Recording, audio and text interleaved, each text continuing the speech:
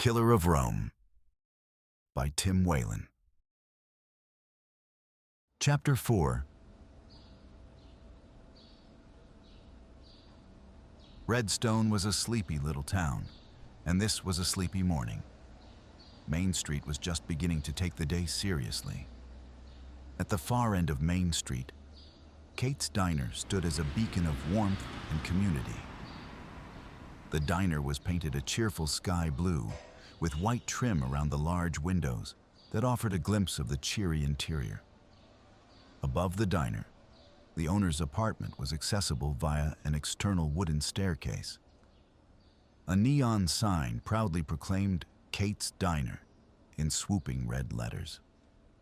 A sandwich board on the sidewalk announced the day's specials in chalk. Flower boxes bursting with colorful blooms hung beneath the windows, adding further charm to the diner's inviting facade.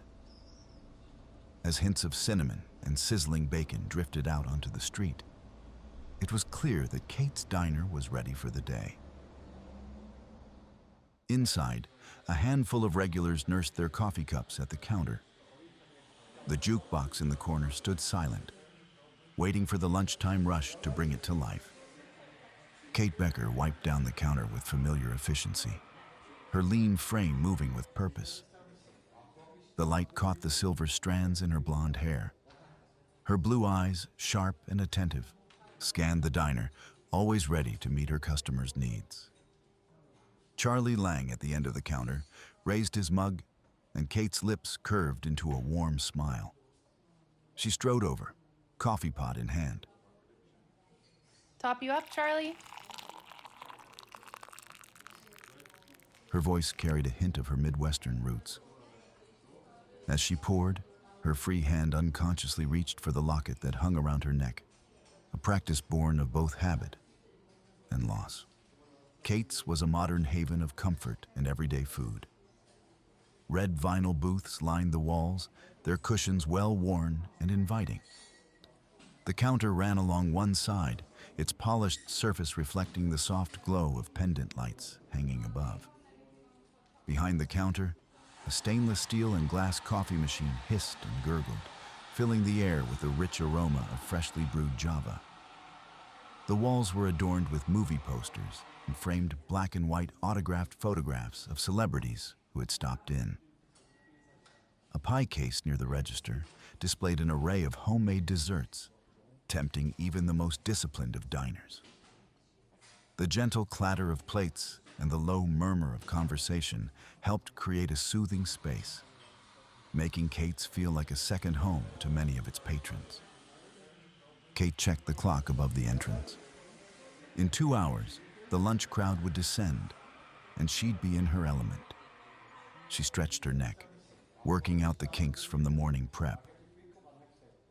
At 40, Kate wore her years with grace, each fine line on her face a story of resilience. Her neatly tied apron was as much a part of her as the practical shoes that carried her through long shifts. A bell above the door marked the arrival of Father Ted and the departure of Charlie Lang. The sound echoed in the tranquil atmosphere of the slow weekday morning. 4 minutes later, in a corner booth, Father Ted Gorski's booming laugh cut through the quiet space. His friendly face crinkled with delight as he regaled Kate with tales of his morning golf game with her brother Dan. The priest's black and white collar, an emblem of his calling, stood out against the red vinyl of the booth. And then, would you believe it, the goose thought he was stealing one of her eggs. Ted's eyes swelled with amusement. In the end, he had to surrender his ball. That must have been a blow. Kate said sarcastically. Ted, mustering every bit of control he had, paused and lowered his voice before adding in a near whisper. You don't understand. He was very fond of that ball. At that, the big man erupted in laughter, throwing his head back.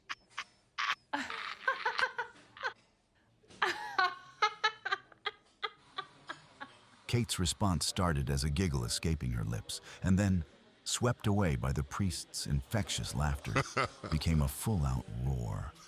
After he caught his breath and wiped a tear from the corner of his eye, Ted offered softly, "Ah, but he's a good sport, your brother."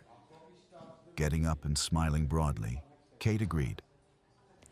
That he is. That he is. And then, after a moment, she asked, Spanish omelet and wheat toast? Ted smiled back and winked. As she turned away, her brother Dan, accompanied by George Ramirez, entered. Dan could see the wide grin that lingered on his sister's face and gave her a questioning look. Pointing over her shoulder with her thumb in the direction of Father Ted, she said, He told me about the goose. Dan stopped walking. He looked at the priest and then at his sister. He sighed and waggled his head from side to side. George, with a tilted head and a squint, realizing he was missing out on something good, turned to Dan and said, Goose? Dan did his best to ignore the question, electing to just sit opposite Ted and hope it would go away. The clergyman broke into laughter again, making George even more curious. Kate approached, her notepad at the ready. What'll it be, gentlemen? As Kate jotted down their orders, Father Ted hunched forward, his elbows on the table. "Say, Dan, what's the story at the hardware store?" Not much to tell, really. Happened last night. Looks like they broke in through the back door. Took 2 rifles and a couple of kids' bikes. Ted, with a look of concern, asked, "Anyone hurt?" Nah. Thankfully, the place was empty. Dan took a sip of the coffee Kate had just poured. Chico's on it. A glint appeared in Ted's eye. He eased back, crossed his arms, and asked in an exaggerated tone of feigned seriousness, "Is Chico up to it?" George's head snapped up at the mention of his son's name. His mustache twitched as he looked from Ted to Dan, now invested in the conversation. Dan caught the shift in George's posture and paused, letting the anticipation build for a moment. The detective's face remained impassive as he set down his coffee cup with deliberate slowness. Completely deadpan, Dan said. I have no idea. A beat passed. Then the corners of Dan's mouth turned upward in a smile. Ted produced a broad grin and laughed again. George joined in as he let out a cheerful snort, his earlier concern melting away into amusement.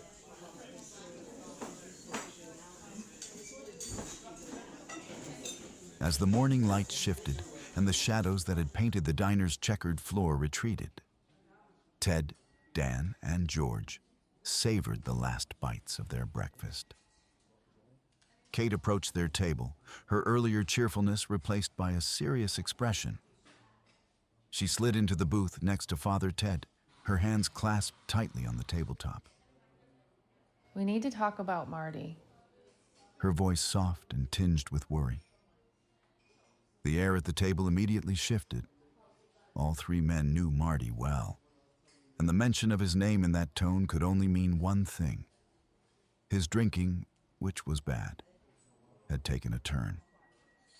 Dan and Kate exchanged a knowing glance, their shared history with Marty stretching back to their teenage years. Kate exhaled and fixed her eyes on Dan. You need to see Marty. He was here last night, drunk. Then he went to the Red Rock and began ranting at a couple from San Diego. It was coming to blows. Cappy threw him out. He only puts up with it because... She trailed off, leaving the reason unspoken. He's getting worse. Dan sat upright, his jaw tightening.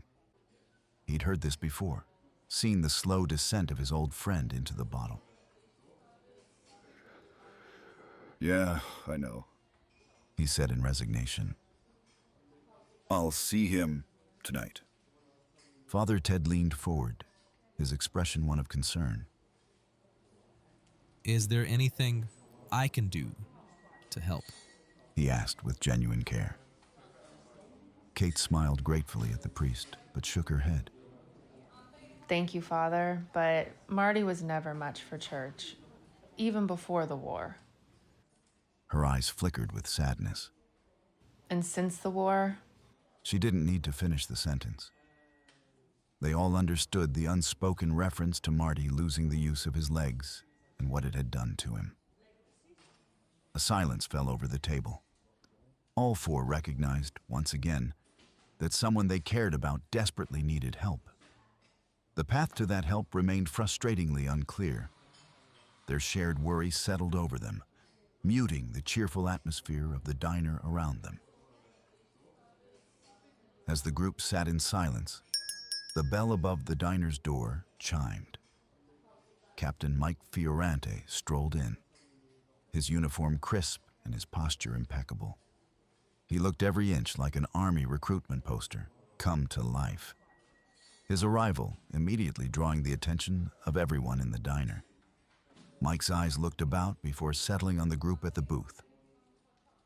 As he removed his cap, a winning smile spread across his face, revealing perfectly straight teeth that seemed to brighten the entire diner. His short-cropped dark hair was neatly combed, not a strand out of place. The sparkling brass buttons of his jacket matched the shine of his highly polished shoes.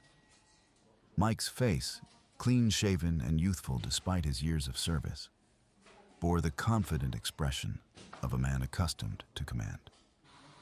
The captain's presence seemed to lift the somber mood that had settled over the booth, his company acting like a breath of fresh air. Good morning, folks. Mike said, his voice carrying more than a hint of New York City. Room for one more? Kate's face brightened at the sight of Mike, a subtle change that didn't go unnoticed by the others. Dan, George, and Ted exchanged knowing glances, their worry about Marty momentarily forgotten. Mike's confidence wavered as he caught Kate's eye. Morning, Kate. He said with uncharacteristic nervousness. Ted and George traded looks, with George making an exaggerated eye roll about Mike's clear infatuation with Kate. Ted responded with a subtle wink, their wordless exchange following an old, comfortable pattern. Eager to dispel the moment of awkwardness, Mike slid into the booth next to the rotund priest, replacing Kate. I was going to go to the station, He explained, his words coming out in a rush. but this is golf day, and golf is always followed by a visit to Kate's, so here I am. Father Ted turned to face Mike. It's always good to see you, Michael. Then he chided the army captain. Though I must say, it would be even better to see you at Mass one of these Sundays. The Lord misses you. Mike offered a simple smile in response. George inched forward, his expression growing serious. Any news from Korea, Mike? We haven't heard much since the Battle of the Bowling Alley. The fighting in Korea had begun on June 25th, nearly 3 months ago when North Korean forces crossed the 38th parallel and invaded South Korea. 2 days later, the United Nations Security Council, in the absence of the Soviet Union, passed Resolution 83, recommending military assistance to South Korea. The next day, the North Koreans took Seoul, the South Korean capital, leading President Harry Truman to order U.S. air and naval forces to assist South Korea. A United Nations command center under General Douglas MacArthur, America's greatest soldier, was set up. American troops had arrived, and the push to drive the North Koreans out of the South had begun. While the future was unknown, the South Korean army had already lost 75% of its strength. The news was constant and troubling, bringing back all the fear and dread of World War II that had ended just 5 years before. Mike's face fell, and he shook his head. The reality of American casualties and a future waiting to be defined served as a vivid reminder of the world beyond this peaceful California town. Sensing the mood shift, Mike cleared his throat. Dan, we should probably head out. Dan got out of his seat, understanding the urgency in his friend's voice. As they rose to leave, Kate intercepted them, her eyes fixed on Mike. Have you eaten anything today? Her tone conveying both concern and admonishment. Mike's assurance slipped as he awkwardly admitted, No, I haven't. Without missing a beat, Kate reached out her hand behind her. On cue, a paper bag and a coffee were placed in Kate's outstretched hand. The coffee and freshly made sandwiches were then passed from Kate to Mike. Thanks, Kate. Mike murmured, his eyes locked with hers for a heartbeat longer than necessary. Dan cleared his throat, breaking the spell. With a final nod to the group, he and Mike made their way out of the diner, the bell marking their departure.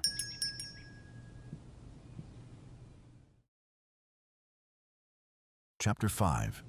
Dan and Mike stepped out of Kate's diner and onto Redstone's Main Street. They paused on the sidewalk, appreciating the sight of the diner's exterior. Dan's eyes drifted up the wooden staircase to the modest 2-bedroom apartment that was home to his sister Kate and his niece, Allison. Dan was certain that whatever lay ahead would not be easy. But he knew Mike and would let him say what he needed to say in his own time. Instead, he surveyed Mike's wheels. An army car, a 1939 Dodge sedan, angled neatly into the curb. Its olive green paint was in clear contrast to the vibrant storefronts. Large white stars adorned the front doors, unmistakable symbols of military service. The car's rounded fenders and long, sloping hood gave it a solid, dependable look. Though old, the vehicle remained sturdy and reliable. Dan eyed it appreciatively, knowing how hard it was to come by new cars these days, even for the Army. He nudged Mike with his elbow as he gave the Dodge the once-over. Now that's a car with some character, he said, in admiration of the old Dodge. Then he looked at Mike and broached the elephant in the room. You know, Mike, isn't it about time you asked Kate out? Mike's composure wavered, his confidence slipping. He exhaled and shrugged. Dan smirked, clapping his friend on the shoulder. How about I drive while you eat? You look like you could use a moment to collect yourself. Mike tossed Dan the keys.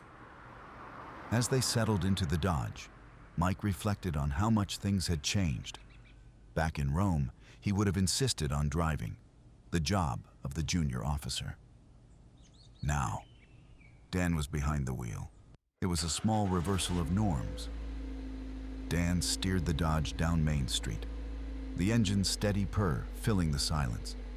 He glanced at Mike, who was already halfway through his sandwich. Your note said, important meeting. Mike swallowed, then wiped his mouth with a napkin. Yeah. In L.A. with the LAPD. Settling into the well-known rhythm of the coastal drive, Dan guided the car onto the highway. The Pacific stretched endlessly to their left, while terraced hills dotted with orchards and farmland rose on their right. As Mike worked through his second sandwich, Dan noticed the tension in his friend's face. Something in Mike's demeanor had shifted since mentioning the LAPD meeting, a tightness around his eyes and a certain rigidity in his shoulders that hadn't been there during their lighter moment about Kate. Whatever this meeting was about, Dan could tell it wasn't routine police business. He'd seen that same look too many times during the war, usually right before things got complicated. The hum of the Dodge's engine filled the silence between them as Mike sipped his coffee, lost in thought. Mike reached for the map of Los Angeles sprawled on the bench seat between them, his finger tracing a path to a circled area. Dan's eyes briefly dropped from the road to the map, recognizing the neighborhood of Palms. That's where we're headed. Mike said. He took a deep breath, steeling himself for the conversation ahead. Got a call last night from a detective.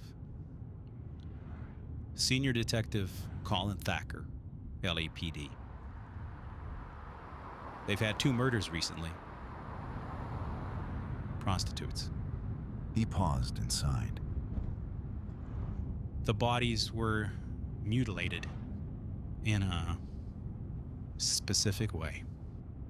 Dan's grip on the wheel strained. A cold knot formed in the pit of his stomach as he realized, with sickening certainty, where this conversation was heading. His eyes, hard and questioning, darted from the road to search Mike's face for a moment. The grim set of his friend's jaw confirmed Dan's unspoken suspicion, sending a chill down his spine. Instantly, a vivid image flashed through Dan's mind. Maria Albano's lifeless form, sprawled in a pool of red, her vacant eyes staring at nothing. He swallowed hard, his throat constricting as he fought to force the memory away. Dan took a deep breath to steady his nerves. But the weight of what Mike's words implied settled heavily on him.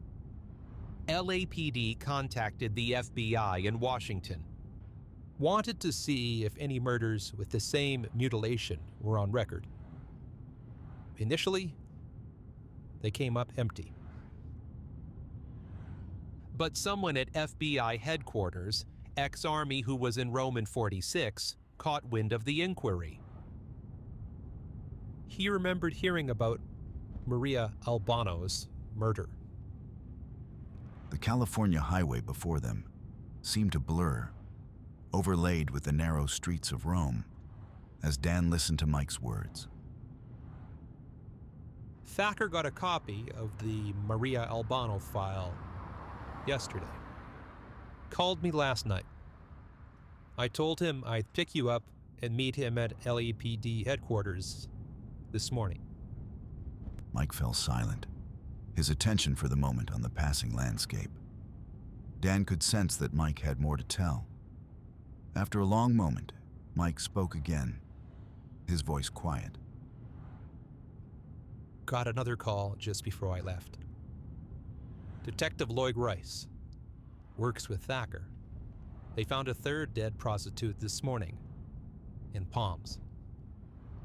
Mutilated the same way. Dan's mind raced, grappling with the alarming possibility that the insanity left behind 4 years ago in Rome had somehow followed them over an ocean and across the continent. A short while later, Dan eased the Dodge to a stop across the street from the Staples apartments. The building's dull beige exterior, peeling in places, put its age at 20 years. A collection of vehicles sparkling and clean were parked against the curb. They included 2 black and white patrol cars, their cherry tops quiet, a pair of unmarked detective vehicles, and 2 vans, one marked Los Angeles County Coroner. Leaning against one of the unmarked cars was a man Mike assumed must be Detective Rice, who cut a striking figure, tall and gaunt, with sharp eyes that seemed to miss nothing. His dark, short hair and prominent nose gave him an almost predatory appearance. As Dan and Mike approached, Rice, seeing the Army vehicle, straightened up, his posture taut like a coiled spring. Detective Kelly, Captain Fiorente, Lloyd Rice, LAPD. After introductions and handshakes, Rice inspected the Dodge they'd arrived in. Nice ride. My old man had a '39 Dodge. Spent months working on that engine. Then, with a small smile, Rice jerked his head toward the apartment building. They made their way up the creaking exterior staircase, the metal clanging under their footsteps. Victim is in 212. They passed a uniformed LAPD officer and a technician carrying an evidence case, both heading in the opposite direction. They arrived at the door to the victim's apartment. It stood open, a silent invitation to the tragic scene within. I'll leave you to it. I've got to radio the office. He then headed back to his car. Once inside the cramped kitchen of apartment 212, Dan's eyes were immediately drawn to the white sheet on the floor. The cloth, once pristine, now bore dark red stains, a bleak indication of the corpse it concealed. Blood had seeped from beneath the shroud, forming a dark, dense pool. A patch of light on the floor from a nearby window illuminated both the pool of blood and the white sheet. It made the red of the blood and the white of the sheet shine like the colors of a candy cane. The cramped kitchen presented a jarring duality, everyday domesticity colliding with the stark evidence of lethal cruelty. Dirty plates filled the sink, while a half-empty bottle of bargain liquor kept watch from the counter, and a calendar on the wall marked days that would never come for the victim. The worn vinyl flooring, its design weathered and curling along the borders, revealed years of foot traffic. The air was thick with the smell of blood, mingling with the scent of stale cigarette smoke. Dan's eyes lingered on a chipped mug, half full of cold coffee, sitting on the counter. A refrigerator with a broken handle buzzed randomly in the corner. A small table sitting against one wall held a full ashtray, a lipstick tube, and the beginnings of a grocery list. As Dan's eyes adjusted to the light filtering through the dirty windows, a man of about 60, presumably Senior Detective Colin Thacker, broke off a conversation with a uniformed officer. With an open, outstretched hand, he turned toward Dan and Mike. The older man's heavy-set frame moved with surprising grace, his tousled white hair and bushy black eyebrows giving him an almost comical appearance that obscured his experience and rank. Thacker's face bore the marks of a long career in law enforcement, with deep lines around his eyes and mouth. His tie hung loose around his neck, and his rumpled shirt spoke of indifference to his appearance. Thacker's face broke into a wide grin. Kelly, Fiorante, damn good to see you boys. His voice filling the small room. He clasped their hands firmly, his grip strong despite his age. Beside Thacker stood a much younger man who was introduced as Detective Keith Wilson. With his sun-kissed blonde hair and athletic build, he looked more suited for a beach than a crime scene. His eyes, however, held a keen intelligence that suggested he was more than just a pretty face. After introductions, Thacker's expression turned serious. Asked the boys from the coroner's office to stick around till you had a chance to see the body. With a nod to the coroner's men, he signaled them to remove the sheet, and Dan's insides twisted violently. The victim was a small woman, not much more than 20 years old and not much over 100 pounds. Her short hair was an unnatural shade of platinum blonde, presumably bleached. Her skin was nearly as white as her hair. She lay on her back, naked except for yellow panties and an open, short red Chinese house coat embroidered with gold dragons. The panties were soaked in blood and split down the middle, a gruesome byproduct of the large hole in her lower abdomen. For a moment, Dan was back in the apartment of Maria Albano in Rome 4 years earlier. The similarities were unmistakable. The wounds were the same, and the bodies were left on their backs, bloody and defiled. Both women had been gutted like slaughtered animals. He closed his eyes for a moment to let the horror and revulsion subside. These feelings, like screams in his head, were not helpful. When he did open his eyes, he was calmer, and he had the detachment needed to continue. Then his eyes traveled from the gaping wound to the victim's slender arms and legs. His eyes narrowed as they traced the telltale needle tracks scarring her pale flesh. A road map of addiction burned into her skin. The woman had been a junkie, he realized sadly. The squalid kitchen, the cheap liquor, and the track marks made a bleak picture of her life in the final days before her violent death. Seeing that Dan had spotted the needle tracks, Thacker said, We found her drug fix kit floating in the toilet tank. There is also a needle lying on the sink.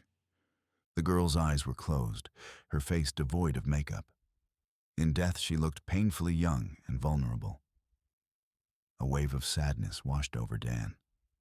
He wondered about the life that had been so violently cut short.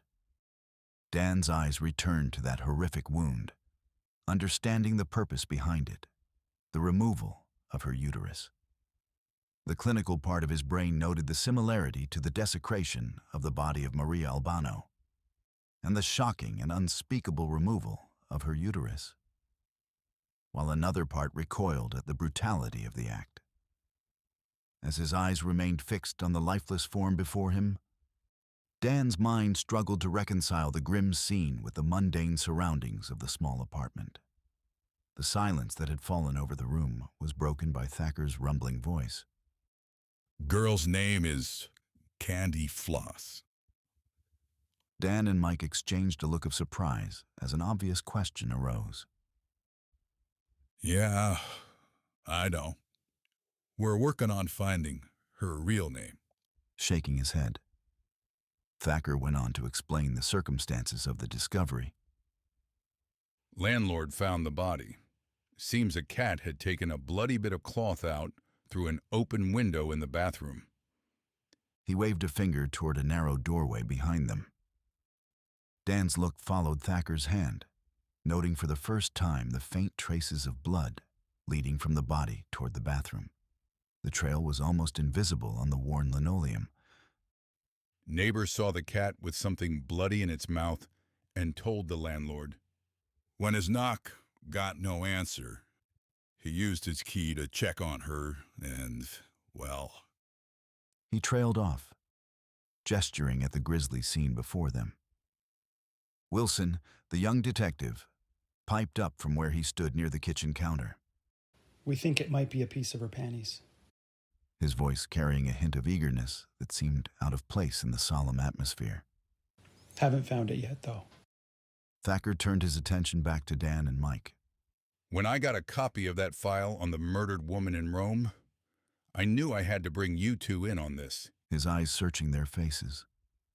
Maria Albano. Mike interjected. Thacker's eyes furrowed as he asked the question that had to be asked. What do you think, boys? Same killer?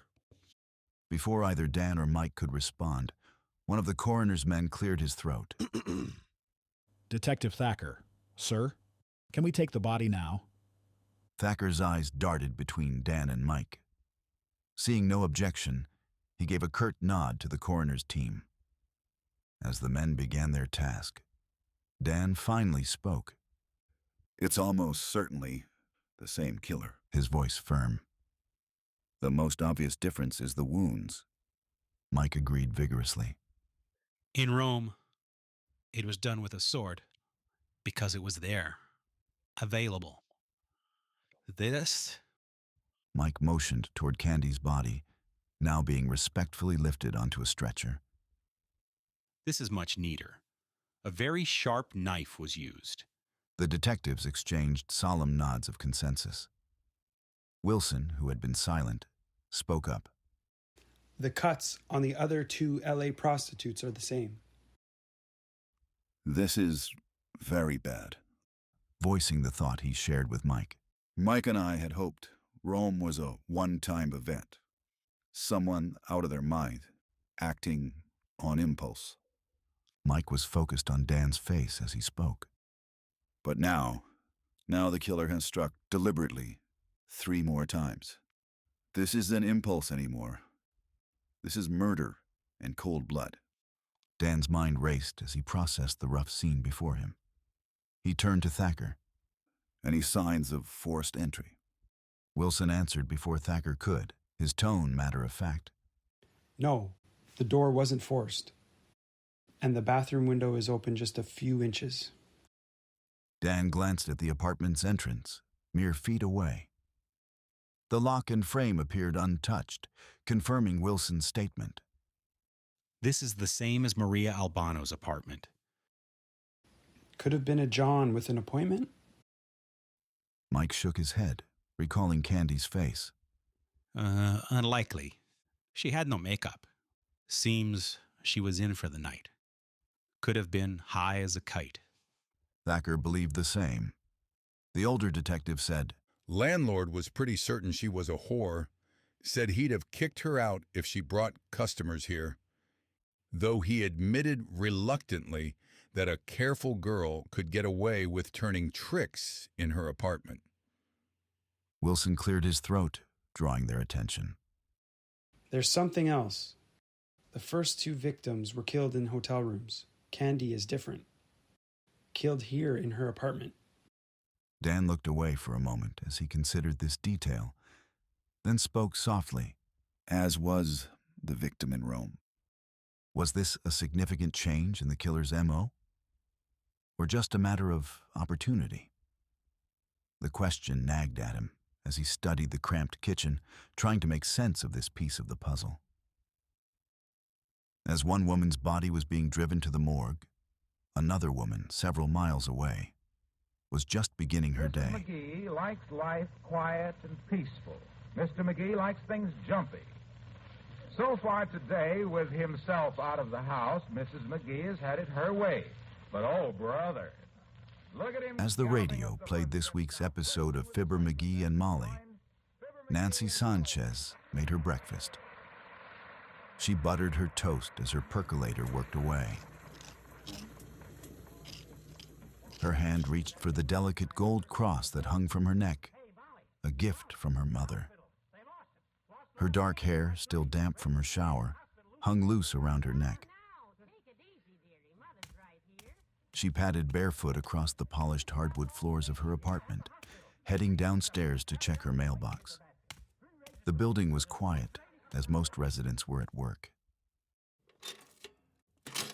When she opened her box, in addition to the bills, a letter from Santiago caught her eye. Back in her apartment, Nancy settled into her favorite armchair, coffee in hand and toast balanced on her lap. She traced her brother's careful handwriting on the envelope, remembering how proud their parents had been when she and Santiago had learned to read and write English during their short time in California schools. When she was 14 years old, Nancy Sanchez traveled north with her parents and brother from their home in Jimenez, Mexico. The memory of her family working in the endless rows of vegetables under the scorching sun of California's Central Valley made her throat dry. 2 exhausting years as an itinerant farm worker had convinced her to bid farewell to her family and move to Los Angeles, where she soon learned a Mexican girl could make money 2 ways, on her hands and knees, and the pay for scrubbing floors was lousy. Now, at the age of 27, Nancy was a veteran of the streets. Her olive skin had stood up to the harsh Los Angeles sun, and her once innocent eyes held a harder look.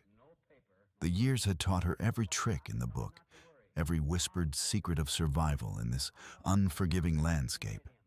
Nancy had seen it all, done it all, and somehow managed to keep her wit as sharp as her instincts. Speaking of seeing it all, something strange had caught her attention lately. The girls were talking about some Bible thumper who'd taken to preaching at them. She smirked, remembering Katie's description of his wild-eyed sermons about sin and redemption. Most found him creepy, but Nancy wondered what kind of man spent his nights lecturing working girls while clutching a Bible. Pushing the thought aside, she turned her attention to Santiago's letter. At least her brother's words would make more sense than some fool ranting on street corners. Santiago's letter was brief but warm, thanking her for the money she'd sent last month. He mentioned that Mama and Papa were doing well, though the work was hard as always. They were so grateful for their daughter's success as Mrs. Knight's companion, he wrote. Nancy's hands clenched her brother's letter. The lie about Mrs. Knight sat like a brick in her stomach, but she pushed the feeling aside. What else could she tell them? The truth about how she earned her money would break their hearts and destroy their pride in her. Better they believed the story of the kind, wealthy old woman who needed help around the house. Nancy got up and grabbed her money jar out of the cupboard. She counted the cash, setting aside what she needed for rent and expenses. There would be enough to send some to Santiago this month, not as much as she'd like, but enough to help ease her family's burden a little. Looking around her apartment, the nice furniture, the clean windows with their fresh curtains, the small but well-equipped kitchen, Nancy's spirits began to rise. This was more than she could have hoped for had she stayed with Mama, Papa, and Santiago. She could help her family, even if they could never know how. She touched her cross again, said a silent prayer, and went to get dressed for the day ahead. Later, she might go and buy some new shoes. New shoes were always good for business, and shopping for them would be fun. The first thing you got to remember is that radium is a combination of two words. Chapter 6. 2 hours later, Dan and Mike found themselves in a conference room at the new Los Angeles Police Department headquarters in City Hall. They had both secured approval from their superiors to assist in the LAPD murder investigation. Dan's boss, Chief Malcolm Glenn, had readily agreed, eager to help the LAPD. Mike's superior, Colonel Josiah Wilkerson, had initially hesitated, but ultimately relented after Mike assured him his regular duties wouldn't be affected. As guests, they sat to one side, their backs against a wall of windows covered with Venetian blinds, which filtered the afternoon sunlight and painted the floor in stripes. To the right of Dan and Mike were rows of chairs filling up with LAPD personnel. Directly ahead of them was a low stage that held 2 tables and a podium facing the room. Detectives Rice and Wilson sat at the nearest table while Senior Detective Thacker chatted with an officer sitting in the first row. The wall behind the stage, to Dan and Mike's left, held bulletin boards, chalkboards, and a giant map of Los Angeles, its sprawling streets and neighborhoods, a reminder of the vast city the LAPD was tasked with protecting. The room buzzed with low conversation as about 40 officers, uniformed in plainclothes, took their seats. Senior Detective Thacker, with the stub of an unlit cigar in his mouth, waited for the room to settle. Detective Wilson, anxious for the briefing to start, fidgeted somewhat, his youthful energy on display. Mike, his military bearing evident in his upright posture, sat in silence. Dan could sense the unease radiating from his friend, a feeling he shared. They both understood their experience in Rome had brought them to this place at this time. It was 4 years behind them, or so they had hoped. Now, they were back, those days in Rome made worse by the knowledge that their failure to catch the killer then had led to 3 more deaths. As the last of the officers found their seats, conversations trailed off in the briefing room.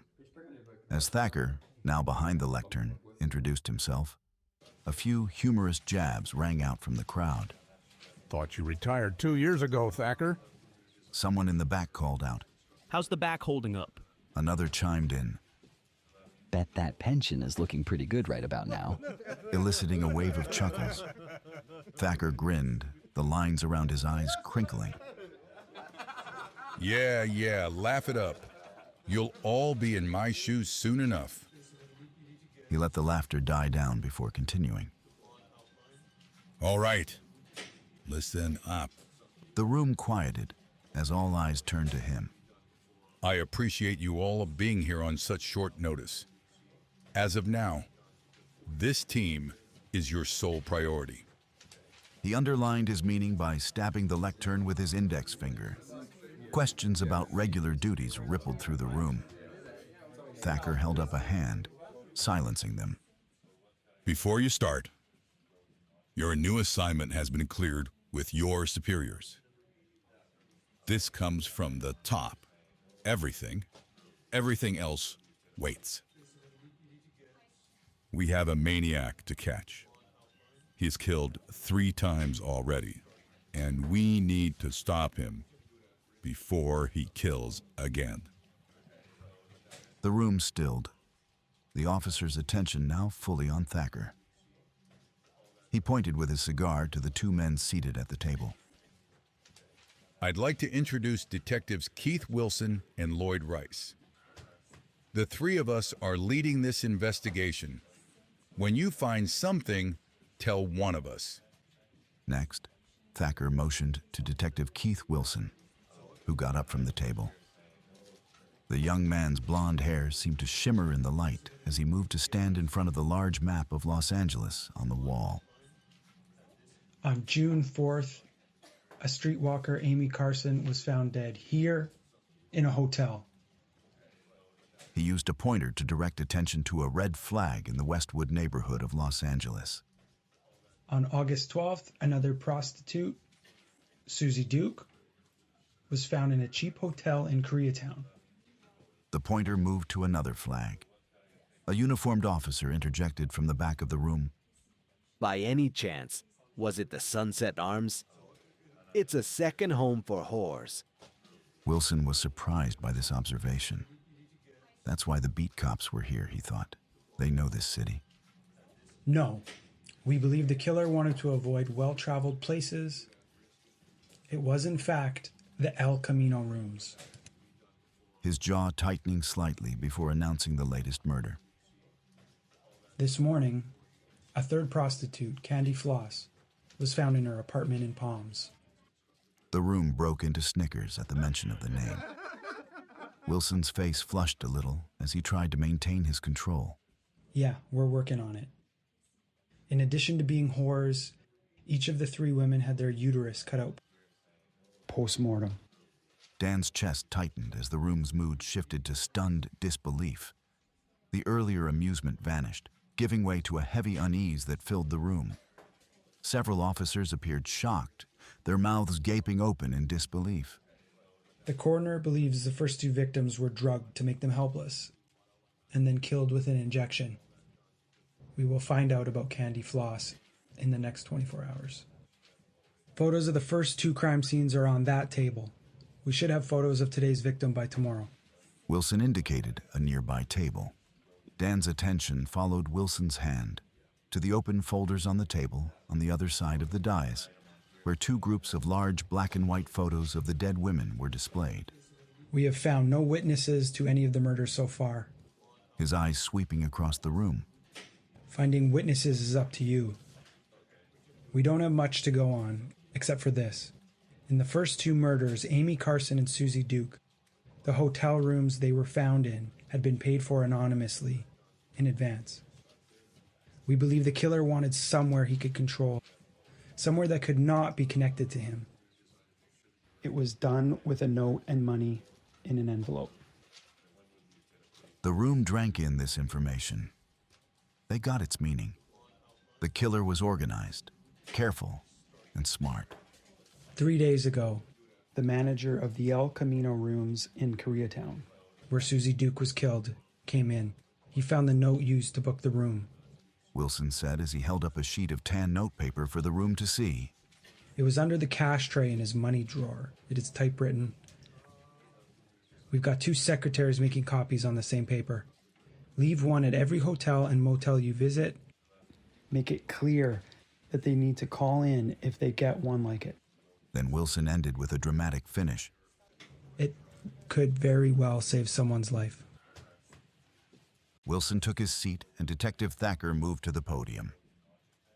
The room was quiet as Thacker's stubby fingers gripped the edges of the lectern, his eyes scanning the faces before him. The years on the force seemed to settle on his frame as he addressed the group. his voice a low rumble that carried easily through the hushed room. When the first woman, Amy Carson, was found, a brief investigation turned up nothing.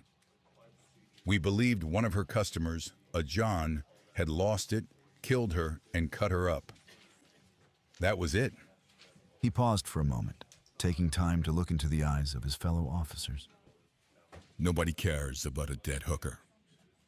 His tone plain but tinged with a hint of bitterness.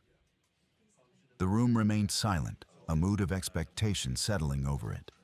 Some shifted in their seats, while others maintained stoic expressions, their eyes fixed on Thacker.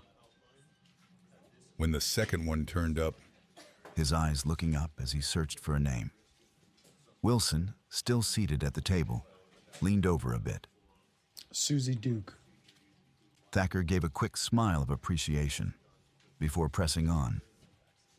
I'm sorry to say, only then did we start taking this seriously. After Susie Duke. We contacted every force in the state to see if the same thing had happened anywhere else. We got a resounding 0 in response. We called the FBI in Washington. Thacker's hand disappeared beneath the lectern, emerging with a brown folder held together with rubber bands. The folder's weight seeming to represent the seriousness of the situation. 2 days ago, I got this file. His voice dropping to a near whisper that somehow carried to every corner of the room. It indicated a connection to an unexpected source. The officers leaned in, their attention sharpening. He motioned toward Dan and Mike. I want to call Detective Dan Kelly and Captain Mike Fiorante to explain. Boys? Dan's pulse quickened as he exchanged a quick glance with Mike. Together, they made their way to the podium, the eyes of every officer in the room following the progress of the two strangers. One was in a suit, and the other was wearing an Army officer's uniform. As Thacker moved aside, Dan stepped up to the lectern. He realized he was nervous, which was unexpected. He cleared his throat, acutely aware of the dozens of eyes fixed on him. Good afternoon. His voice steady despite his nerves.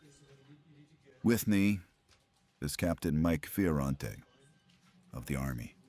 He's stationed at Camp Carson. A few welcoming smiles were offered, and Mike gave a curt nod in acknowledgement. I'm Dan Kelly, detective with the Redstone PD. Jeers erupted from various corners of the room. Redstone? Someone called out mockingly. Another man offered, Calling in the big guns. Thacker? Dan was ready to respond to the hazing, but before he could speak, Thacker's raspy voice cut through the laughter.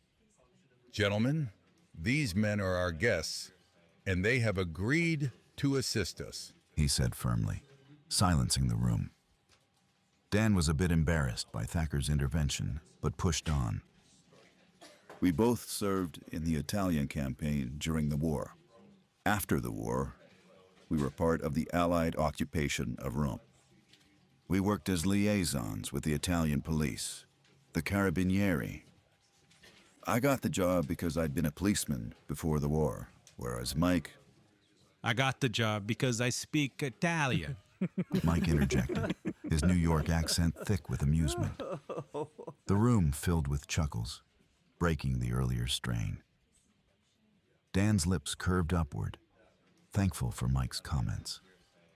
Of particular concern to us were crimes involving American personnel. Dan took a deep breath. On September 23rd, 1946, 4 years ago this month, a prostitute was murdered in Rome. The mutilation of her body was the same as these women, motioning toward the files spread out on the table, as Detective Wilson has described. A murmur ran through the room. One man, a detective of about 45, asked, What did you find out?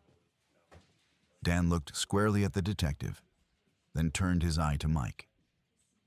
His friend gave a tiny shrug, the motion hardly perceptible. A powerful wave of guilt washed over Dan as he considered explaining the history of their investigation in Rome and why it had come up short. But doing that would sound like an excuse. And the truth was, they had failed to catch the killer. No amount of talk could change that. The rest of what had happened in Rome didn't matter. Dan, pushing aside his guilt for the moment, nodded at the detective. There would be time for self-reproach later. Right now, they had a job to do, a chance to make things right. Dan took a deep breath and continued. First, in response to the detective's question, not a lot, I'm afraid.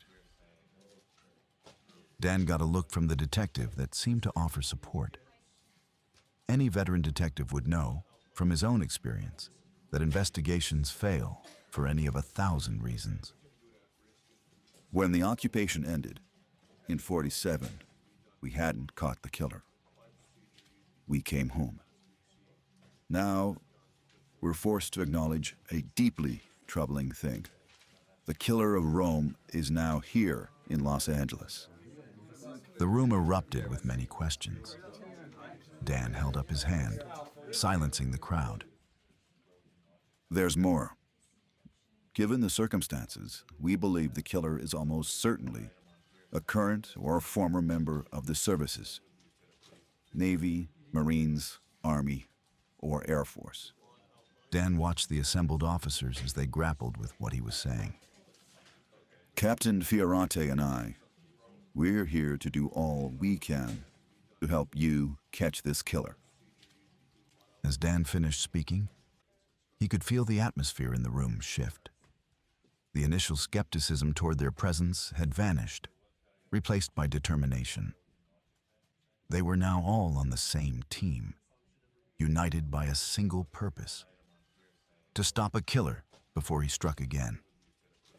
Dan's body relaxed as he stepped back from the podium, relinquishing the floor to Thacker. Thank you, gentlemen. All eyes now fixed on Thacker as he cleared his throat. Before I go on, I must tell you that I have talked to the Army and the FBI about these two.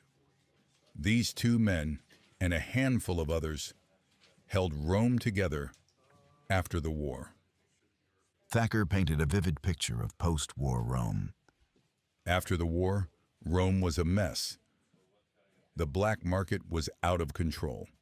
Reprisals against former fascists and Nazis were a daily occurrence. Civil authority was struggling to get back on its feet. There was a real fear that communists would seize Italy. He nodded at Dan and Mike, his voice filled with admiration. These men did exemplary work under difficult circumstances. Thacker scanned the room. He clamped his teeth around his stogie. I should mention, too, and I trust Detective Kelly won't mind me talking out of school, that he's received several invitations to serve at the highest ranks of the Los Angeles Police Department. He turned them all down. He stressed the highest ranks.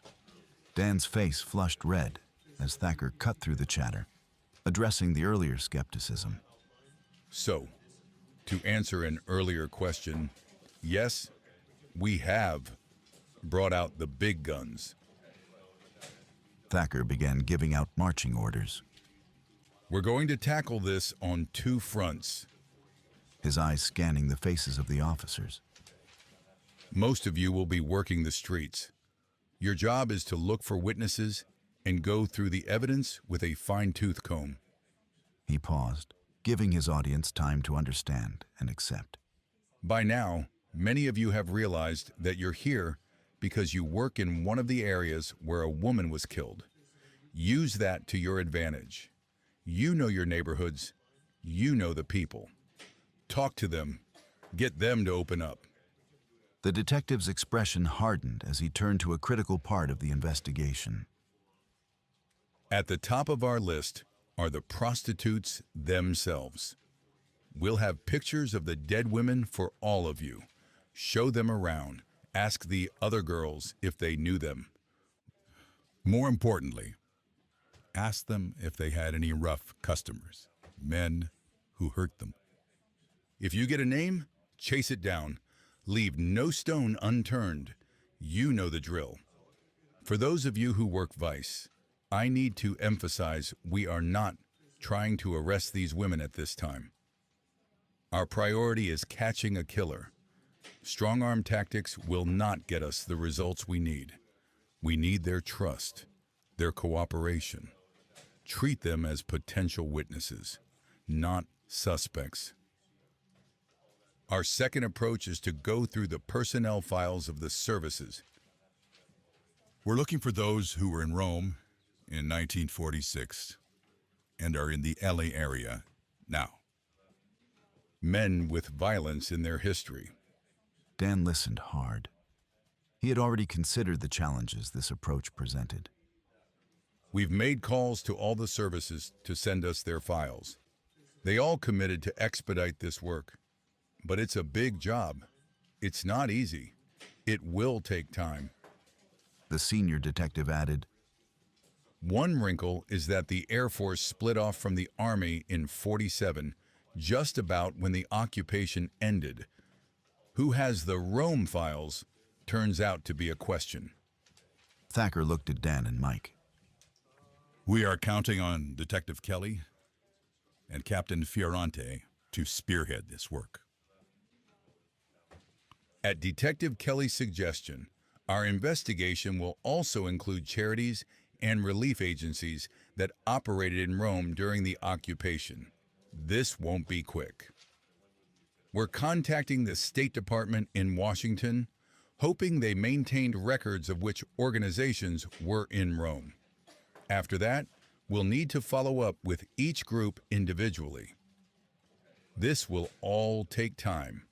For the moment, we're focusing on the military. He moved on. Consult with Detectives Rice and Wilson on your assignments. He paused, allowing the officers a moment to process the information. Then he took on a more intimate tone. Truth be told, us, the LAPD, don't care much about these women. His eyes meeting the eyes of those before him. I suspect many of us feel they get what they deserve.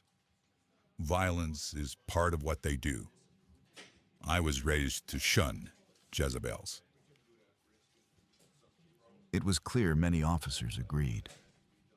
Others smiled because Thacker had used a term they'd only ever heard their grandmothers say. I think it's fair to say that most of the 2 million residents of Los Angeles feel the same way. But if we don't get this guy soon, a panic will take hold of this city, like nothing any of us have ever seen. His words stung like arrows, the intent of his warning unmistakable. He is hunting and killing women. Women, full stop. As of right now, 3. Again, he stabbed the podium with a thick index finger. Thacker's voice hardened as he underscored the brutality of the killings. Then he mutilates their bodies in a way that defies reason. It is the definition of insanity. If we don't get him soon, I don't have to tell you what the newspapers will say about this, about us. The clock is ticking. Remember, every minute we waste, every lead we miss could mean another life lost. We're not just solving crimes here. We're preventing future ones. This killer has already taken 3 lives in our city. It's on us to make sure he doesn't get the chance to take another. With that, the meeting was over.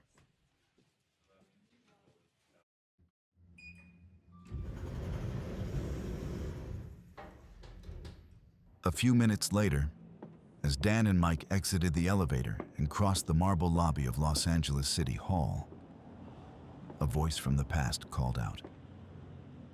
Would you look at that? They turned to see Casey Thompson, her face brimming with surprise and delight. The reporter from the LA Standard marched toward them, her enthusiasm real. Dan's mind began to race, knowing full well how sharp Casey was. He couldn't let her catch on to the real reason for their visit. Casey reached them, grasping their hands in turn with firm shakes. Dan Kelly and Mike Fioronte, what are the odds? The three exchanged amiable greetings, their reunion stirring memories of their first encounter in Rome. Mike recalled how they'd met Casey during a congressional junket to occupied Rome. Casey was there because a Los Angeles congressman was part of the visiting group. The young, slender brunette had been the only woman in the group of reporters covering the visit. As they caught up, Dan's thoughts whirled, trying to concoct a plausible cover story.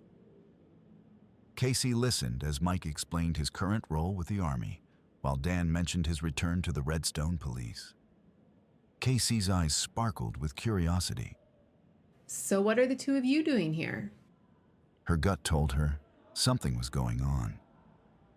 Dan took a deep breath, hoping his hastily constructed story would hold water. There have been some robberies, he began, keeping his tone casual. The LAPD thinks it's a couple of ex-Army guys. They asked us in for a chat. Casey's eyes went wide, absolutely intrigued. She asked for more details, but Dan shook his head, feigning reluctance. Sorry, Casey. I can't say any more than that. As they parted ways, promising to meet up soon to swap war stories, Dan could see the wheels turning behind Casey's eyes.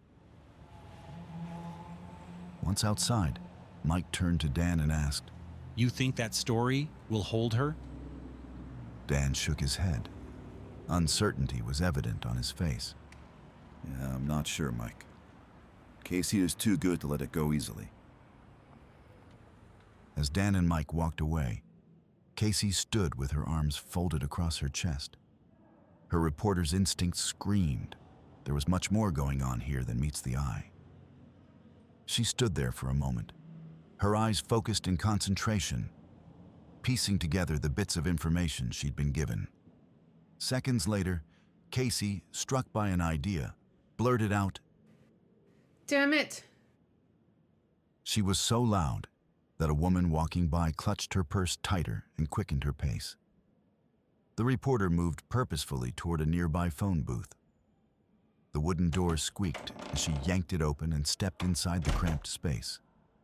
She fished a nickel from her coin purse, dropped it into the slot with a satisfying clink, and began dialing.